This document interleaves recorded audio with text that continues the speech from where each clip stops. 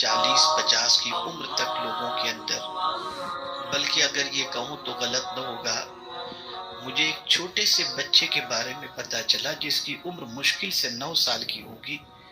اس کے باپ نے کہا میرا بچہ ڈپریشن کا شکار ہو گیا ہے۔ تو ایک گلوبل یہ پرابلم ہے، اسٹریس، ٹینشن، ڈپریشن۔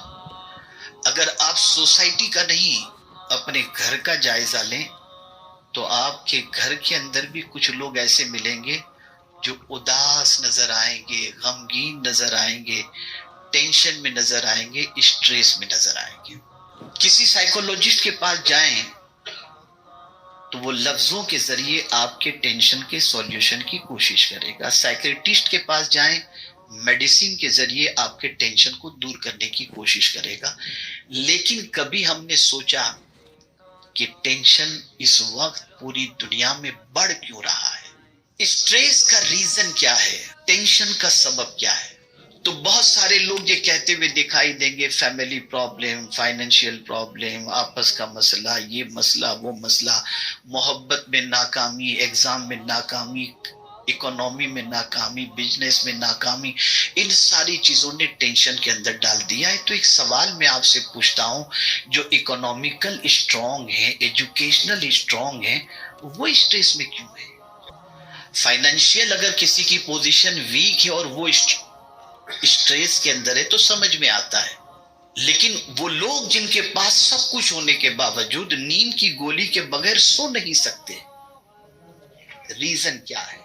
میں آج اس کا ریزن بھی آپ کو بتاؤں گا انشاءاللہ، وہ بھی انشاءاللہ قرآن کی روشنی میں، اور سولیوشن بھی آپ کو بتاؤں گا۔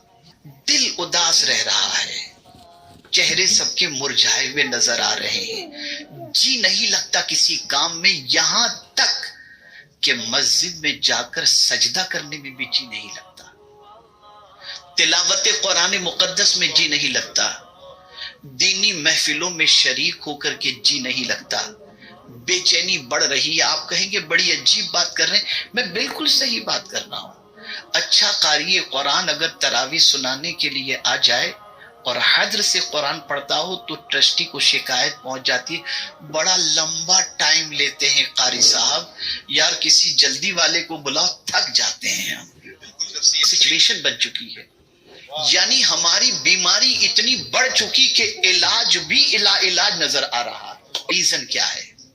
اس ریزن کو سمجھو۔ فائنینشیل اگر آپ ویک ہیں، یہ اسٹریس کا ریزن نہیں ہے، تھوڑا بہت ہو سکتا ہے۔ ہیلتھ کے اعتبار سے آپ کمزور ہیں، اسٹریس کا تھوڑا ریزن ہو سکتا ہے۔ فیملی پرابلمز، یہ بھی تھوڑا سا ریزن ہو سکتا ہے، لیکن سب سے بڑا ریزن اسٹریس، ٹینشن، سولیوشن، بے قراری، اختلاج قلب، وہ ریزن ہے گناہ، گناہ اور گناہ۔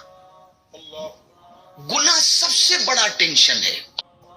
گناہ کی وجہ سے انسان کمزور ہو جاتا ہے۔ میرا یہ جملہ کہیں نوٹ کر سکتے ہو تو نوٹ کر لیجئے گا، زندگی بھر یہ جملہ کام آئے گا۔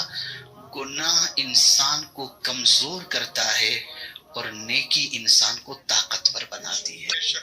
گناہ نے بے چین کر دیا، اس لیے کہ گناہ جب انسان کرتا ہے تو دل پر ایک سیاہ نقطہ کر دیا جاتا ہے۔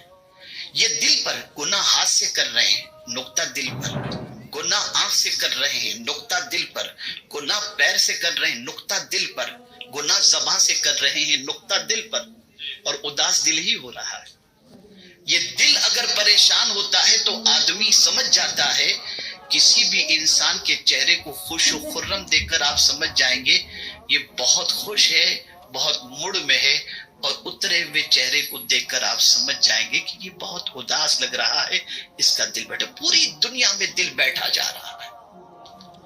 ہم سمجھتے ہیں کہ نماز، روزہ، حج و زکوٰۃ کے ذریعے اللہ کے بہت بڑے عبادت گزار بندے بن جائیں گے، لیکن جب حدیث کا مطالعہ کرتے ہیں تو عقل دنگ رہ جاتی ہے۔